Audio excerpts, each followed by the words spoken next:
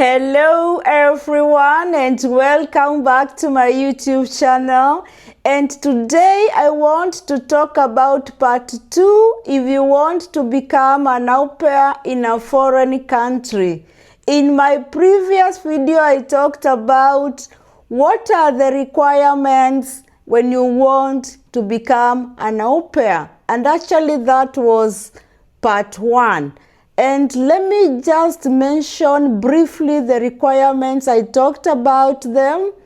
And one of the requirements is you have to be between 18 years old and 30 years old. This depends with the country, because there are some countries it's between 18 and 25 and others 18 to 30 years old.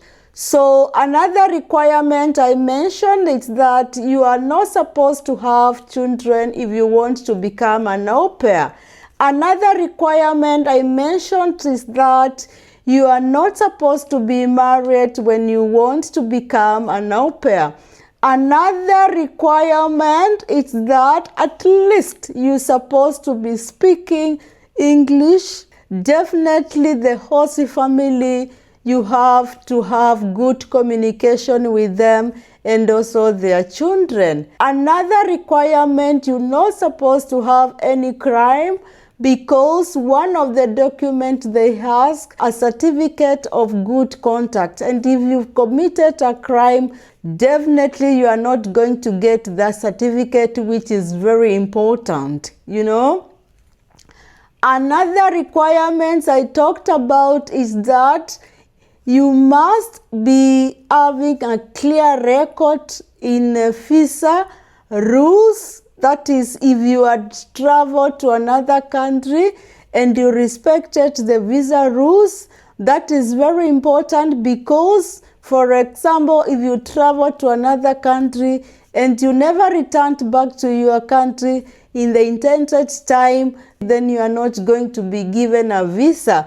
And of course, you cannot travel to another country without a visa. So those are the requirements I talked about, and you can go back to my video and listen to them into details. So you have all those requirements, and now you are wondering, where are you going to start this process of becoming an au pair? And that is exactly what I want to talk about today. I've always said this. I always give my information basing on my experience. Today I'm going to talk about when you want to become an au pair in a country like Iceland. This is because I helped a girl to go to Iceland and she became an au pair. And on my next video, I will talk about if you want to become an au pair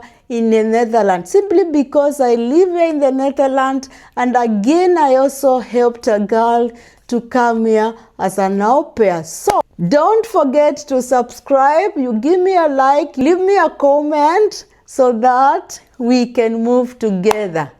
Okay, what are you supposed to do?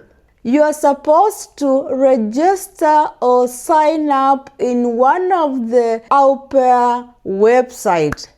You can just go, you Google and look for them. There are so many.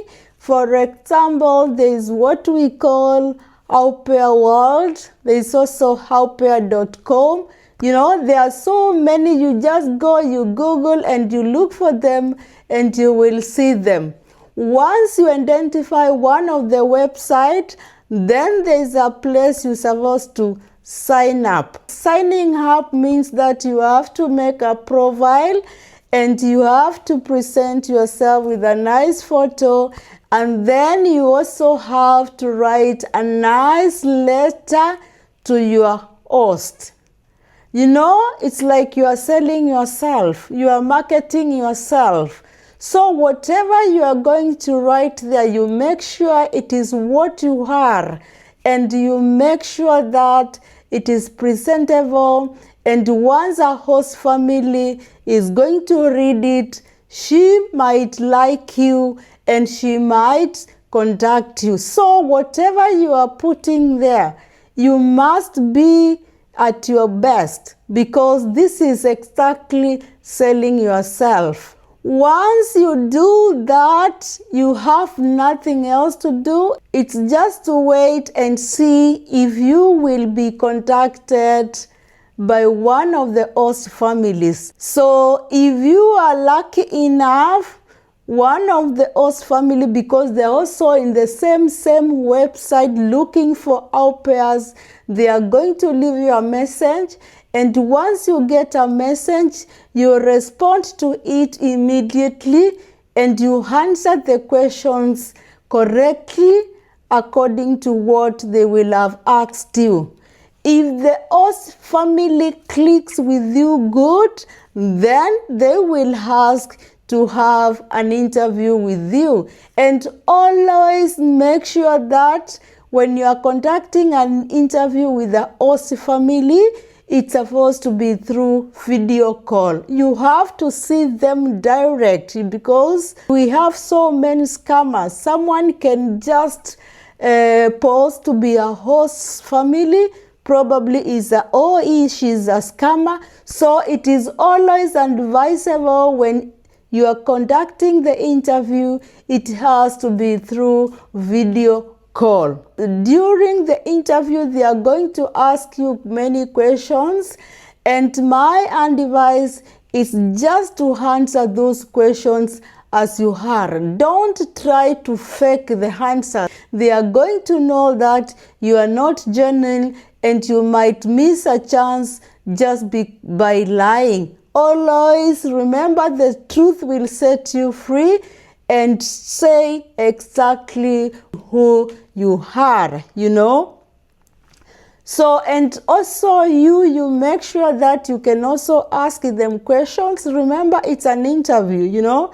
You are interviewing each other. You also have a right to ask them questions, and you listen well to the answers they are going to give you back. And once you click well with that host, then the next step is to draft a contract. Most of the websites, they have a contract already drafted. So what you need to do is just to download it, and then you fill it, and then you sign. And once you sign the contract, you can scan it and you send it to your host family.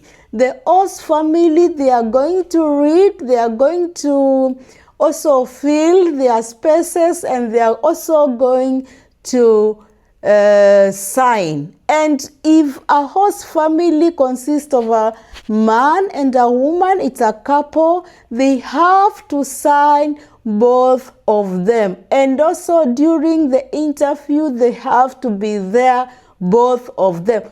Don't agree to be interviewed by one partner when the other one is not there. Always insist and tell them, if you are not a single father, if you are not a single mother, then you would want the other partner to be there so that they can interview you, both of them. That is very important. Once you sign your contract, you scan it and you send to them. They are going to fill their part, and then they are going to sign, and then they will take plus other documents like their bank statement. They have to pay for the process, so they have to send the payment receipts and other documents. So they are going to send them to the immigration office in their country. And once your papers are through in the immigration office in their family, you are going to get an email giving you direction on how to go to the embassy in your country to get the visa for 3 months. This is because you cannot travel to a new country without a visa. So you will get an email from the immigration office in that country, in this case like in Iceland, telling you to go to the embassy, Iceland embassy in Kenya. That is, if you come from Kenya in Nairobi, and then from there they are going to get your biometrics, they are going to get your passport photo, and you are going to be issued with a visa, which will make you move, travel from Kenya to Iceland. Who is going to pay for your ticket? In most cases, the host family pays for your ticket, and that's why this contract, it talks about all those things. And in my next video, I'm going to discuss what is in this contract. Yeah? And we are going to talk about each and every item which is in this contract, because it's very important.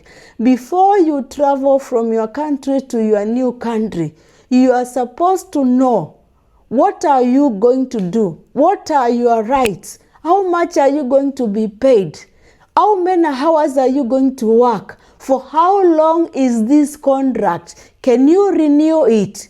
All those questions, I'm going to answer them in my previous video. So don't get lost. Stay tuned and wait for my next video, which is supposed to explain all that. And for those who have not subscribed, please do so. And give me a like, give me a comment, and let's move together. So for those who are in the process, I want to wish you the best. And for those who already have the requirements, don't wait.